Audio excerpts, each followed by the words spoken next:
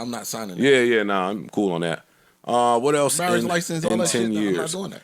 10 years, I will have beat some of these demons that have grappled me. They're out of there. These little pills work, so I'm waiting for my next batch. What else is happening in 10 years? Yeah, that was a good one. Yeah. In 10 years, in the next 10 years, I'm going to have to suffer great loss. Yeah, all of us. Mm-hmm. Most likely. Most at of that us, age, unfortunately. I don't look forward to it. Me either. But I know that is a part of life. I know God ain't really showed me nothing yet. Part of life. I know God ain't really showed me nothing yet. What else is happening in 10 years? I could do this all day. Shalom, shalom. First and foremost, before I begin, I want to give all praises, glory, and honor to Yahweh, Bashem, Yahushua, Bashem, Rakakadash, the ones to the apostles, the ones to the elders, the great millstone, Ruel, and tell us this truth. Much respect to you brothers out there, preach His word in truth and sincerity throughout the folk on the earth. Tabernacle David, hopeful like and speckled bird, 1-6, shalom. So I just want to do this quick lesson. Saw this video earlier in the week and just sparked me in the spirit to do this lesson, man. Because Jake out there in the world, they're carnal. They're not taking heed to the prophets. They're not taking heed to the word of the Lord, man. You know, you're not supposed to be out here, so 10 years from now, you know, this is where we're going to be at in the world. No, you know, when you're spiritual, when you're moving spiritual, you understand, hey, the way that things is moving, we ain't got 10 years here. We do not have 10 years. All right. Prophecy is moving. The plagues is popping off. You ain't got 10 years here.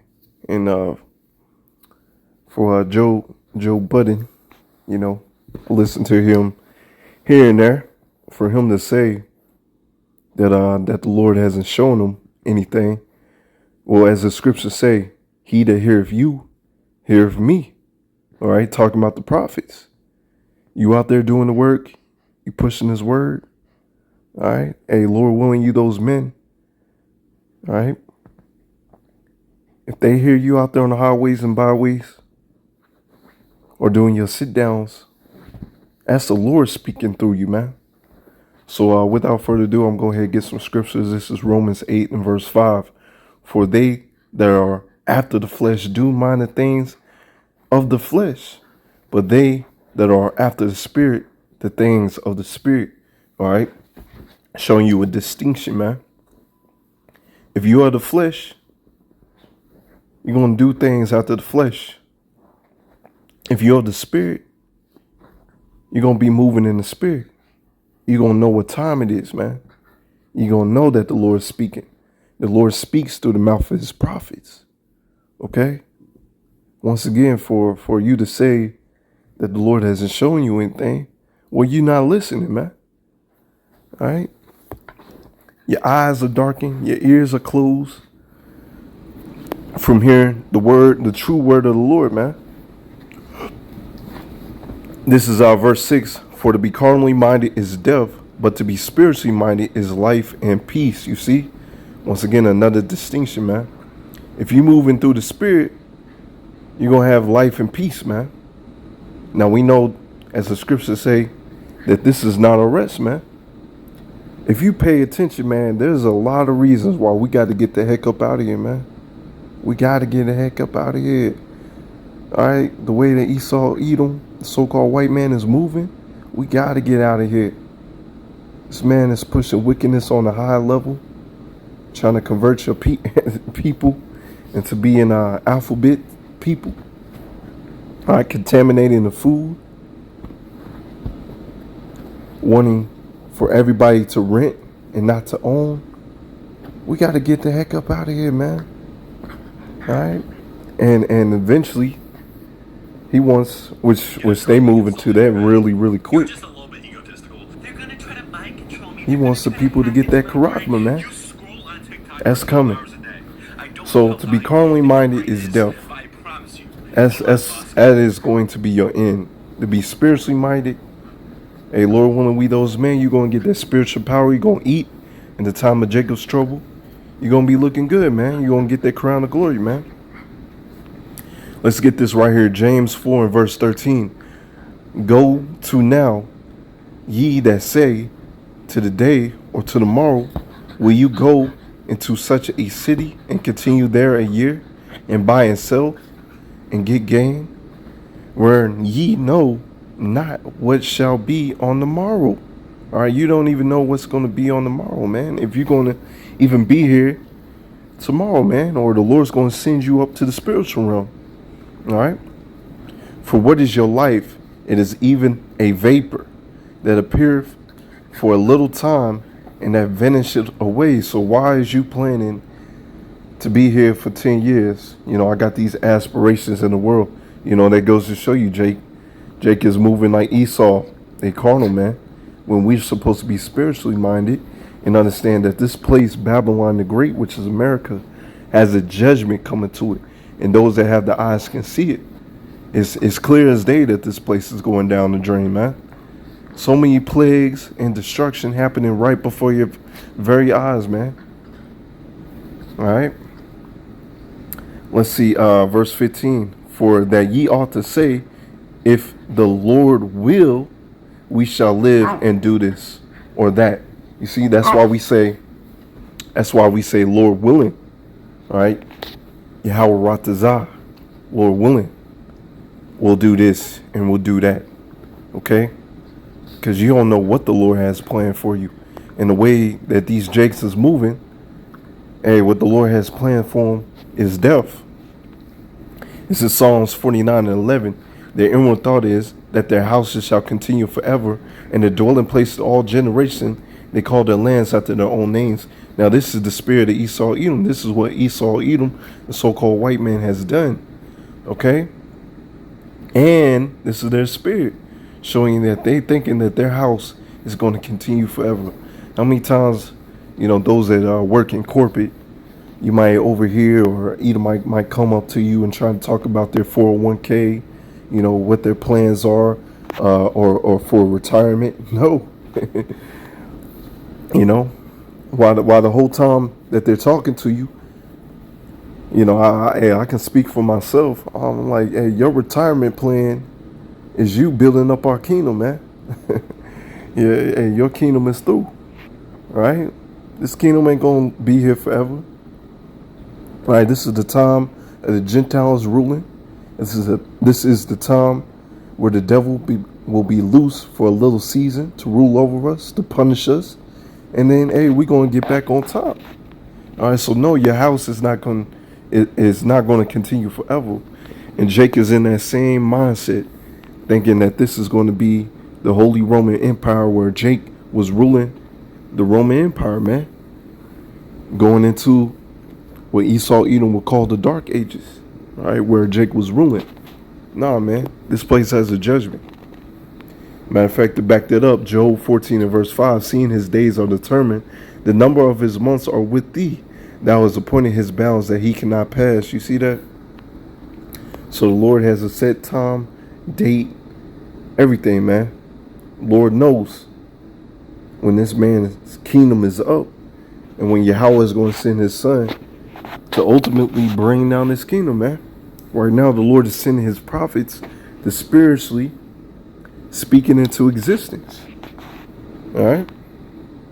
This is James 4, and I'm starting at verse 4. All right, because the truth is out here, man, and we telling you what mindset, how to be spiritually minded, you know, how to move through this wicked ass kingdom, man.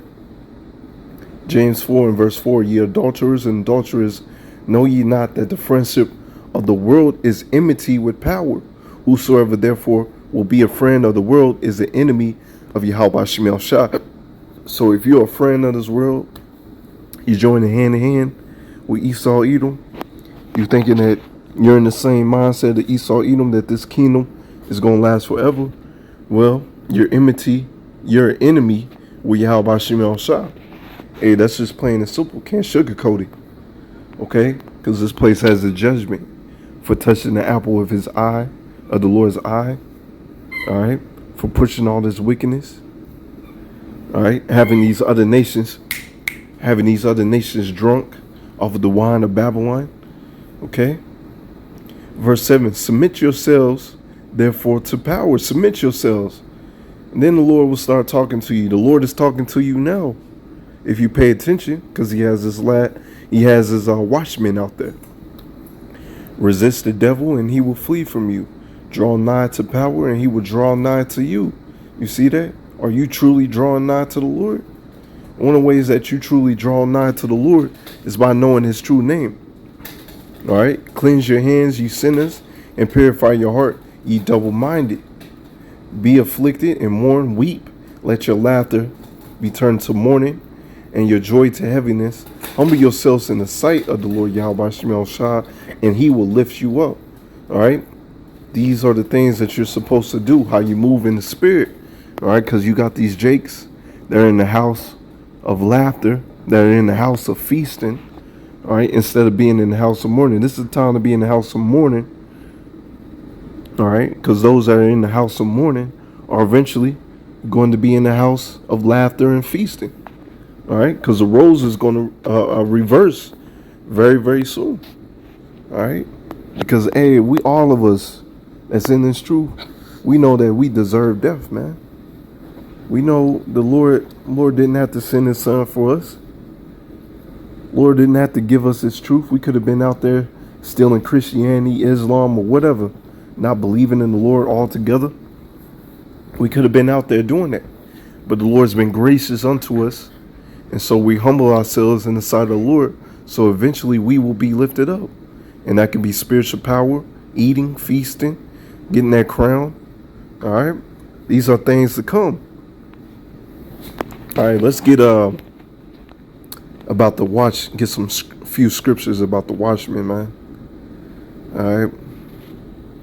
Ezekiel 3:17, Son of man, I have made thee a watchman unto the house of Israel. Therefore hear the word at my mouth and give them warning from me. And that's what we're doing. And once again, for you to say that the Lord ain't spoken to you, something to that effect, you're not listening because that trumpet is being blown. Ezekiel 33 and verse 6, but if the watchmen see the sword come and blow not the trumpet. Now, a lot of these watchmen are your so-called pastors and false prophets out there. They're not blowing the trumpet. They're not truly warning you. And the people be not warned, if the sword come and take any person from among them, he is taken away in his iniquity, but the blood would I require at the watchman's hand. This is another reason why we push this word, because, hey, we're washing the blood off our hands. We're called to warn our people. Before the Lord destroys a kingdom, take down the kingdom, the Lord sends out his watchmen, his prophets, all right, to warn. All right. Isaiah 62 and verse 6, I have set watchmen upon thy walls, O Jerusalem, which shall never hold their peace day nor night, that ye that make mention of the Lord Yahweh Shem Shah keep not silence. We keep not silence, man. We giving, as you go into that same chapter, we're not giving the Lord any rest, man, until he establish and make Jerusalem a praise in the earth. All right. So you have no excuse that you have not heard about this word. As we talked about in the account, hey, this word is all over. They even talked about it on ESPN and other platforms. Hey, we the talk of the town, man. Let's see. I may close it out right there. Let me see. Let's see if I get any more. This is Proverbs 8 and 34. Blessed is the man that heareth me and watching daily at my gates, waiting at the posts of my doors. You see that? All right. And Jake out there, they're not watching. They're not paying attention. All right. The prudent man foreseeth the evil and hideth himself. How does he hide himself? By getting into these scriptures, by pushing his word. All right. Being in the house of mourning. So the Lord can lift you up, give you that power and protection. All right. Matter of fact, Psalms 130 and verse 6, my soul waiteth for the Lord Yahweh Shem Shah more than they that watch for the morning. I say more than they that watch for the morning. All right, because Jake is out there waiting to get that bag, man.